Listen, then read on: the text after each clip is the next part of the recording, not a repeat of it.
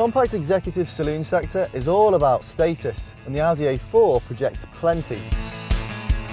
It's forever been a thorn in the side of the BMW 3 Series and Mercedes C-Class, with the style, badge and engines to compete with both in the company car park.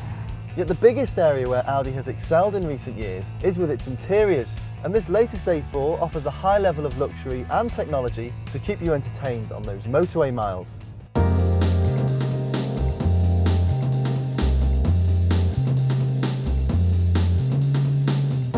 The A4 resembles an incrementally smaller version of every other Audi on sale, though it looks simple, subtle and very elegant doing so. The front is dominated by this oversized trapezoidal grille with the chrome edges and cut-off corners, plus the company's now signature daytime running LEDs. They feature an aggressive light graphic that's bespoke to the A4, and that should give you some strong visual presence when you're coming up against anything in the fast lane.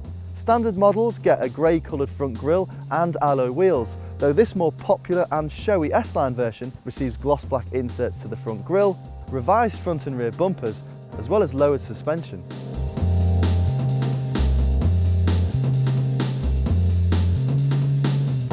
Like all Audi cabins, the A4's has a modern, slightly driver-focused architecture that's incredibly high quality and intuitively laid out.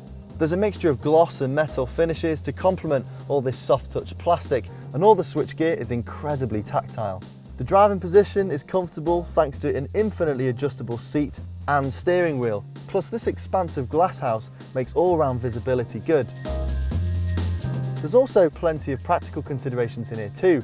For example, the adoption of an electronic parking brake has freed up all this centre space, so I've got two decent cup holders, a nice bit of storage for my pens and a really decent central cubby.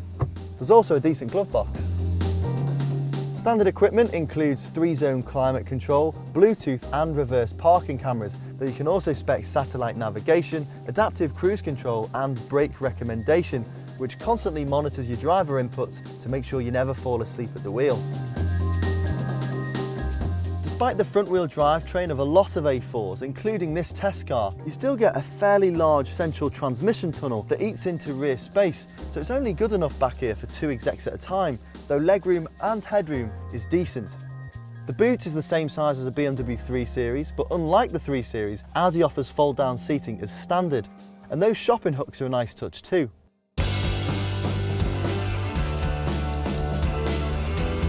If you want your compact executive saloon to offer driving thrills, buy a BMW 3 Series. Failing that, check out the Mercedes C-Class, because the Audi A4 isn't really in the same league dynamically. The ride quality has improved over previous A4s, especially if you go for the adaptive dampers, but it's still quite firm and the steering is too numb and light to ever be that communicative. However, this is a fantastic high-speed cruiser. The cabin's well insulated from noise, the car feels very stable at high speed, and that dialed down steering actually makes it a lot less fatiguing over long distances.